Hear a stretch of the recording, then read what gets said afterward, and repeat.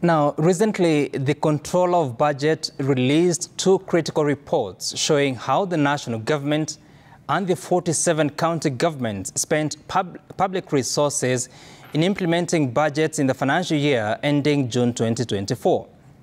And just like last year, the Controller of Budget has raised the alarm on growing expenditure on travel. The national government raised its expenditure to reach 27 billion shillings. The counties, on the other hand, almost maintained their expenditure, posting 17.6 billion shillings. Much of the travel is domestic in the form of meetings, visits and tours.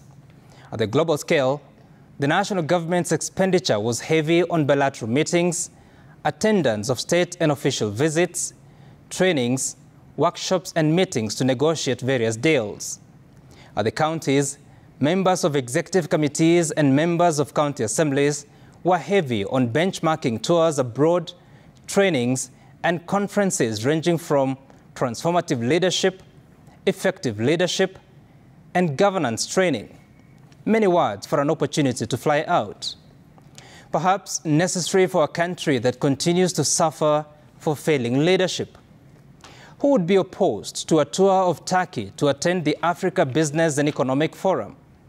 Especially if you come from Baringo, a cost of 1.8 million shillings for two may be too little compared to the opportunities that would arise. But wait, it's been more than 1 year since that trip by two members of the Baringo Executive Committee. What did they bring back home to boost the African business? In September 2023, 47 members of the Elgeyo-Marakwet County Assembly traveled to the East African Legislative Assembly in Arusha, Tanzania, at a cost of 16.6 million shillings. Purpose of the visit? To benchmark, I suppose, on best practices of legislation. In less than a week, each of the travelers cost the people of Elgeyo-Marakwet some 354,000 shillings.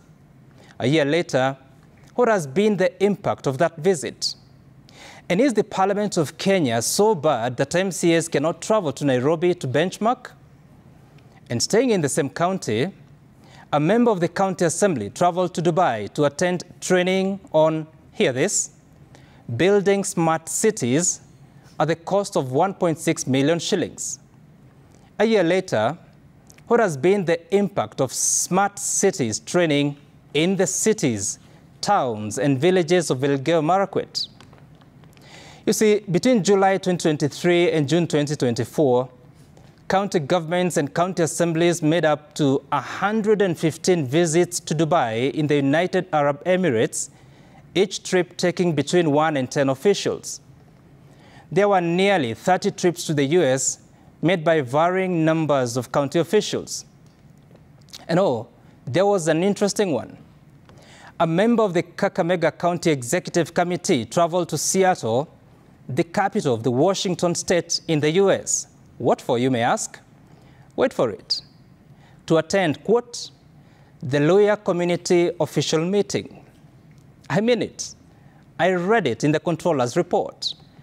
To attend a Luhya meeting in Washington at a cost of 1.35 million shillings.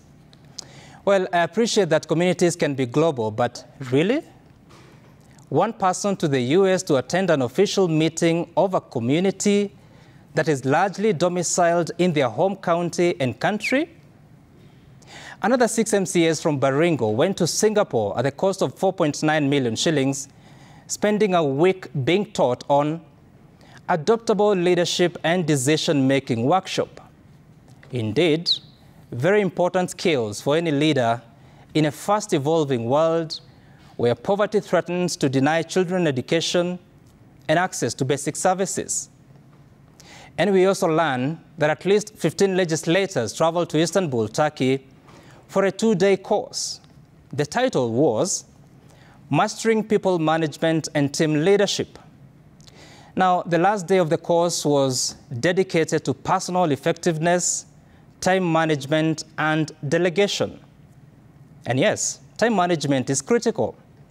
It is important to note that they were there for a week for a 2-day course. Talk about time. And recently, an MP who was at the Jomo Kenyatta International Airport on a day aviation workers were on strike told the media how she was stranded. She was traveling to South Africa on a Thursday for an event that was kicking off 4 days later on a Monday, ostensibly traveling early to go handle accreditation issues. For 4 days, the counties in total spent over 2 billion shillings on foreign travel. What would 2 billion shillings do? 2 billion shillings is sufficient to sponsor 544 medical students from first year to year 6, making them doctors. And if the 2 billion shillings must be spent in the same year, it would be sufficient to sponsor 3,267 medical students in a year, each at the highest cost of 612,000 shillings.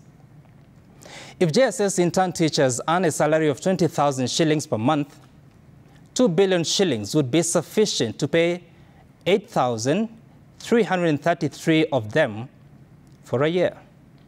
Please note, JSS teachers will not be confirmed into permanent and pensionable bases until January 2025 because the government lacks some 13 billion shillings. The travel expenditure of 45 billion shillings would finance that budget hole by more than 3 times. If 2 billion shillings is to be spent by counties on foreign travel, if 45 billion shillings is to be spent by the national and county governments for both domestic and foreign travel, it must make sense, at least to those footing the bill. In this case, the taxpayers. Otherwise, counties should heed the advice of the Control of Budget and, quote, minimize traveling costs by holding activities within the county headquarters. Sensible, right? And that is my sense tonight.